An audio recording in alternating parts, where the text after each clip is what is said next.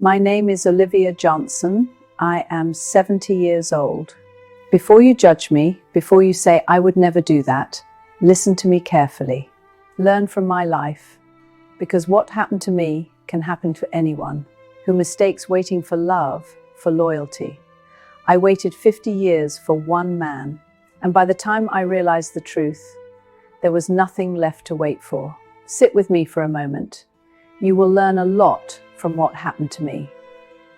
I was born in a small town where everyone knew everyone, where news traveled faster than the wind, and a woman's worth was measured by how early she married and how well she endured. I was beautiful once. Not the loud kind of beauty, but the gentle kind. Soft eyes, careful words, a smile that stayed longer than it should. People said I had a calming presence. Men noticed. Women whispered. I met Daniel when I was 20. I still remember the day clearly.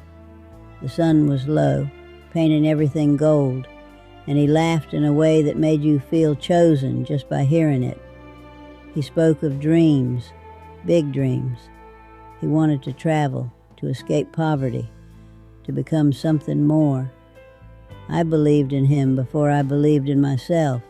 We were never married, but in my heart, I already was his wife. When Daniel told me he was leaving the country to find a better life, I cried silently, afraid my tears would sound like doubt. He promised me.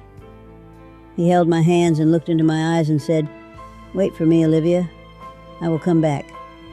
When I return, I will marry you properly." That promise became my religion. The first year he was gone, I waited with excitement. Every letter felt like proof of destiny. I rejected the first proposal without hesitation. The man was kind, stable, ready. But I said no. "I'm waiting for someone," I told him. The second proposal came 2 years later. My mother begged me to reconsider. "Love is not waiting forever," she warned, but I smiled and said, "He's coming back." Years passed. Letters became less frequent, then stopped. But hope is dangerous. It survives, even without evidence. By 30, people had started calling me picky. By 35, unlucky. By 40, difficult. Men stopped coming as often. Mothers no longer brought their sons to our house. I told myself it didn't matter. Daniel would return. He had promised. At night, I imagined our reunion, how he would see me and realize I had been worth the wait. I practiced smiles in the mirror. I kept myself for a future that was already moving on without me. My father died when I was 42. Before his last breath, he held my hand and said, "My daughter, do not let loyalty destroy your life." I cried, but I didn't listen. At 50, the world had changed. I had changed. The mirror became cruel. The town became quiet around me. Weddings happened without my invitation. Babies grew into adults while I stayed the same, waiting. Then one afternoon, a neighbor returned from abroad. She sat in my living room, sipping tea, chatting casually. She mentioned Daniel's name. I laughed. "Yes, I'm still waiting for him." She went silent. Then she said the words that ended my life without touching my body.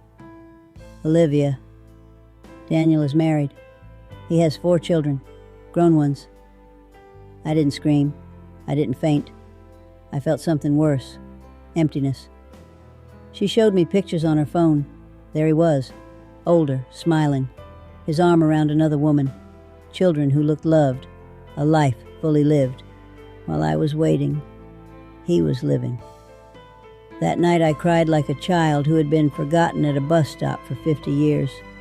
I cried for the men I rejected, for the children I never had, for the birthdays I spent alone, for the woman I could have been. Regret is not loud. It is quiet. It sits beside you in the dark and whispers, "It's too late." I'm 70 now.